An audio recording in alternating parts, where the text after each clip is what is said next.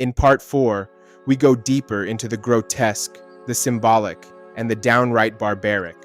From traitors torn apart to heretics burned alive in defiance, these deaths weren't quick and they weren't quiet. In 1933, a group of Bronx drinking buddies decided to murder a drunk homeless man named Michael Malloy for insurance money.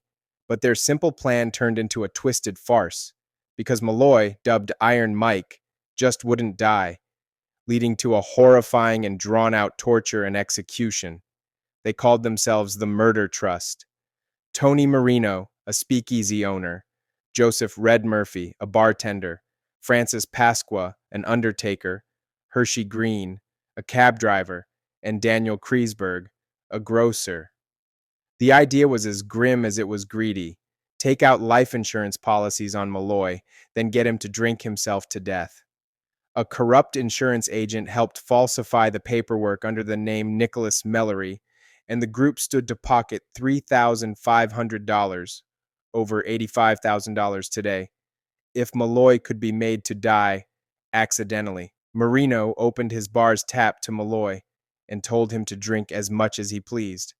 Day after day, Malloy downed shot after shot with astonishing stamina. The man didn't slow down. In fact, he seemed to thrive. When endless booze didn't do the trick, they laced his drinks with antifreeze. Still breathing. Then turpentine, horse liniment, even rat poison. Malloy kept drinking and kept waking up. The gang grew frustrated. They gave him raw oysters soaked in wood alcohol. No luck. Then a sandwich stuffed with spoiled sardines, poison, and carpet tacks. Malloy ate it without complaint, still alive the next day. Desperate, they tried to freeze him. One frigid night, they dumped his unconscious body in a snowbank, poured 5 gallons of cold water on his bare chest, and left him for dead. A few hours later, Malloy stumbled into a homeless shelter, frostbitten, confused, and still very much alive. Then came the taxi hit job. They ran Malloy over at 45 miles per hour and fled the scene. He spent 3 weeks in the hospital with broken bones, but survived.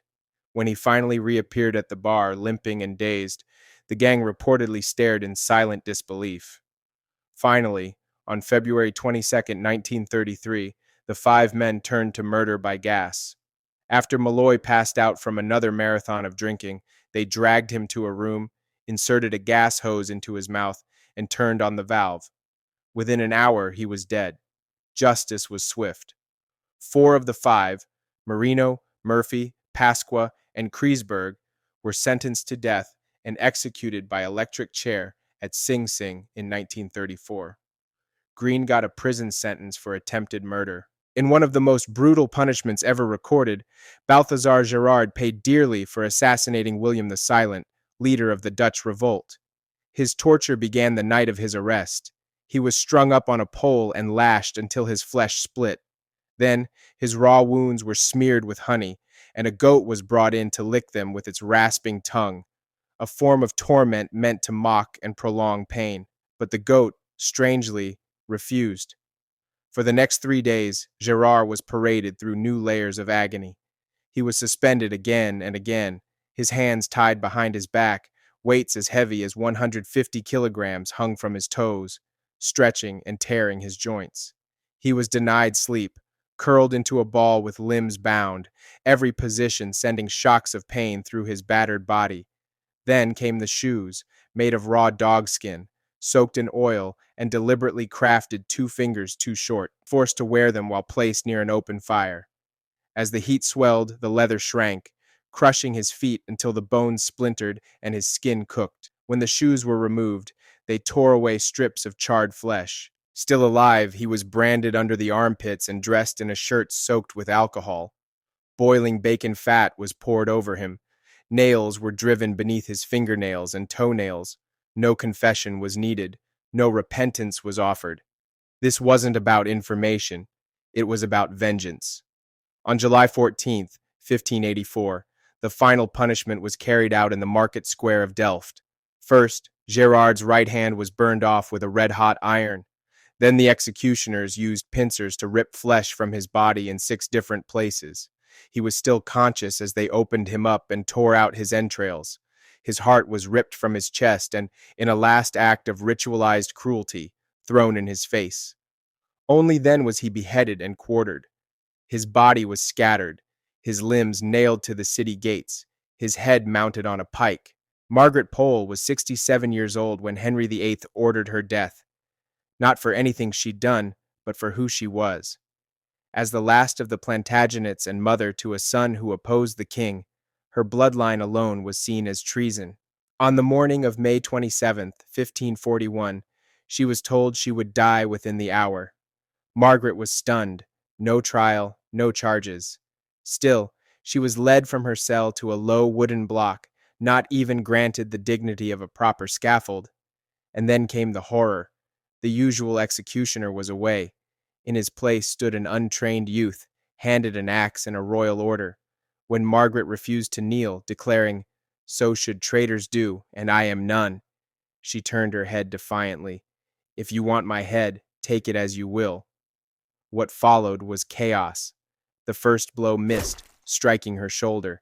Then came another, and another. It took 11 brutal, clumsy swings to sever her head, turning the tower's lawn into a butcher's ground. Some accounts say she was chased in circles by the panicked executioner, hacked while trying to flee. Witnesses, including ambassadors, were stunned by the savagery. Anne Askew was only 25 when she was racked, dislocated, and burned alive, punished not just for her Protestant beliefs, but for refusing to betray anyone else who shared them. It began in 1545, when Anne was arrested under the 6 Articles Act for heresy. Refusing to confess or name other Protestants, she was thrown into prison. After being released on bail, she was seized again a year later, this time by high-ranking men, desperate to force her into implicating others. Stripped down to her shift, Anne was stretched on the tower's infamous torture device until her shoulders and hips tore from their sockets and her limbs dislocated. Her screams were so piercing they reached the tower gardens. She survived the rack but couldn't stand. On July 16, 1546, she was carried to Smithfield in a chair, dragged to the stake, and chained upright. To speed death, gunpowder was tied to her body. Alongside 3 other condemned men, she was burned alive. Anne Askew died in agony, but defiant, becoming a symbol of unbroken resistance in an era when silence could cost your life.